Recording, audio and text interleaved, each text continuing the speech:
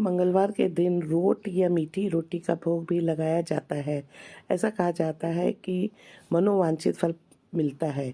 गेहूं के आटे में गुड़, इलायची, नारियल का बूरा, घी, दूध आदि मिलाकर मोटी रोटी बनाई जाती है। आप छोटी छोटी पूरियों की तरह तलकर भोग लगा सकते हैं। दूसरी चीज़ है लड्डू। हनुमान जी को बूंदी के लड्डुओं का भोग बहुत प्रिय है। इससे नवग्रह के शुभ प्रभाव प्राप्त होते हैं। वैसे तो बेसन के लड्डू भी हनुमान जी पे चढ़ाए जाते हैं, लेकिन बूंदी सभी ग्रहों को नियंत्रण में कर सकती है, जबकि बेसन के लड्डू चढ़ाना केवल कुछ ग्रहों को ही नियंत्रित करता है। तीसरा है इमरती या जलेबी। हनुमान जी को इमरती और जलेबी भी बहुत प्रिय है। वैसे तो आप किसी भी दिन इमरती और जलेबी का भोग लगा सकते हैं, लेकिन खास तौर से शनिवार और मंगलवार के दिन इन दोनों चीज़ों का भोग लगाना अति उत्तम रहता है। चौथा है पंचमेवा। हनुमान जी को पंचमेवे का भी भोग लगाया जाता है। काजू, बादाम, किशमिश, छुआरा और खोपरा गीट को पंचमेवा कहा जाता है।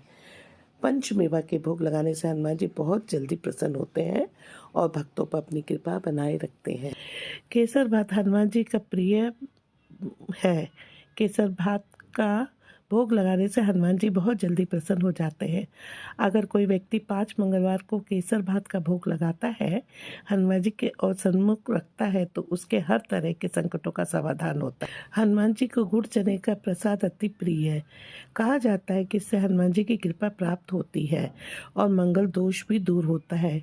यदि आप किसी कारण भगवान की कुछ नहीं चढ़ा पाए, तो मंगलवार और शनिवार के दिन हनुमान जी को श्रद्धापूर्वक गुड़ चने का भोग लगाएं। इससे आपकी सभी परेशानियां दूर हो जाएंगी।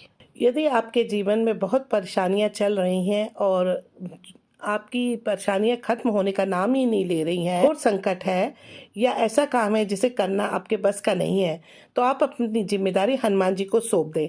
इसके लिए आप मंगलवार के दिन किसी मंदिर में पूजा पाठ करने के बाद उन्हें पान का बीड़ा अर्पित करें। रसीला बनारसी पान चढ़ाकर मांग लीजिए मनचाहा वरदान। ऐसा कहा जाता है कि हनुमान जी को पान का भोग लगाने से जीवन की हर समस्याओं का नाश होता है। इस बात का ध्यान रखें, पान में सुपारी, तंबाकू और जर्दा, ये चूना नहीं होना चाहिए। हनुमान जी को चूरमा के लड्डू बहुत प्रिय हैं।